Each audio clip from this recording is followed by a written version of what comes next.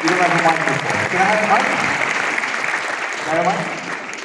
I don't know. You have one. No, sorry. No, it's okay. Tyler, this is, I would like to thank you for this, your world premiere. You're giving it to us. These two women have not seen this movie yet. This is the first time that most of the team is seeing the film. So thank you for being with us. We're very grateful.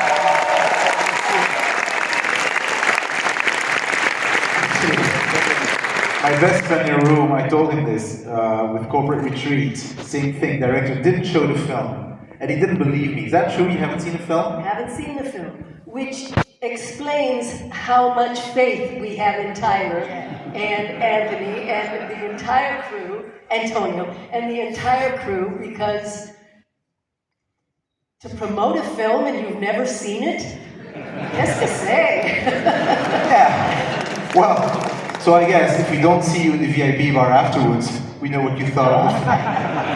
I'll be there. You go.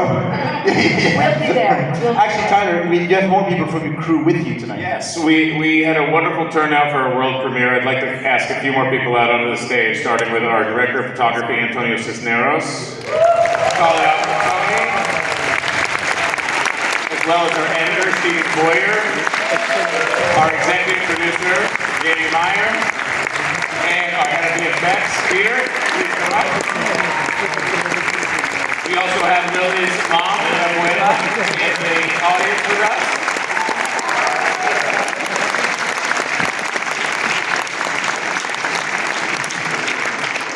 Welcome to Brussels, guys. Whatever happens, we're sorry.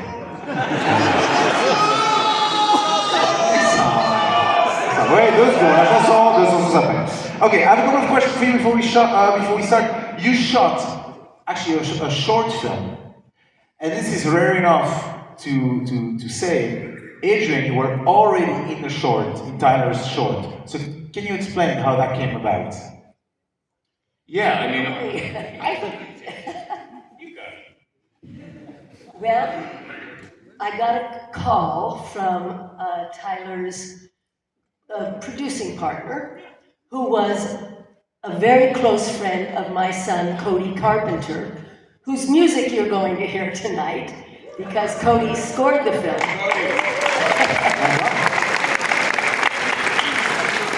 And Tyler's producing partner called and said, we have a project we'd like to talk to you about. Could we have coffee? And because you were friends with Cody, I said, sure. And they told me the idea, and I said, send me the script. The joke was, I said, this would be a perfect role for someone like Adrienne Barbeau. And he said, well, why don't we just try to get Adrienne? And here we are 3 years later. I'm so glad you did. I'm so glad you did. So we made the short film. We had an 8-day shoot. And the first day of rehearsal, we found out I had COVID. So Tyler had to switch the... What's COVID? We didn't have it out here, right? No, we drink beer. Okay. So. Well, I didn't know I had it, but poor Tyler had to switch the whole shooting schedule around, but we got it done. And then for my side, when I originally wrote the short, I was hoping that we would be in an audience like this. I have been to many film festivals. I have been to 2 screenings here at BIFFF. It's my first BIFFF. Stephen has been here once before. I have never seen an audience like this. You guys are the best. And we could have no greater place to premiere this film. Ça, quand on parle de vous, vous aimez bien. And I am equal parts excited and deeply nervous. But it was always meant to be a longer piece, and so when we moved from the short film to the feature, the antique shop got bigger, the world got bigger, the rest of the cast changed and expanded into an ensemble, and I was lucky enough to find Lillemar, who embodies this role in a way that I could have only dreamed about. And we obviously hope you guys enjoy the show. And speaking as her co-star, Lillemar was so fantastic to work with. Really, really. I suspect they'll see that on the screen, right? I think so. Hopefully, if it's not too bad. If it's really bad, just like you won't see me at the bar either. Actually, that's a good segue for my next question. So, Lillemar, you come from Nickelodeon. Yes. You also did some voicing for Pixar films. So this seems quite different from what Yeah, a you little bit. normally do. So was it a conscious choice, or? I'm a really big horror fan, and I love video games, specifically horror video games, so this was all very much like my dream come true. I wanted desperately to be in a horror movie, so I'm very happy that that happened, but you know, child star stuff. We have to switch it up every now and again, so. Oh, don't mention. Yeah. The Nickelodeon audience might be a little confused. That's good. I gotta keep y'all guessing, you know. Okay. Actually, I have one more question. I'd like to ask you, because you worked on 4 or 5 Terrence Malick films.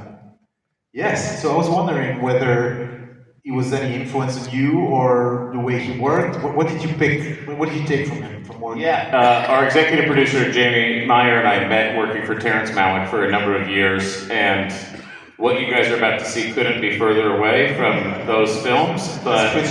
But the thing that I learned was very simple. You got to stick to your guns. You have to follow through on the way that you see things. It's only by doing something that you feel proud of and that you would want to, you know, be in an audience to see. And Terry taught us a lot in terms of just staying true to your own vision. And so I'm grateful for that time. All right.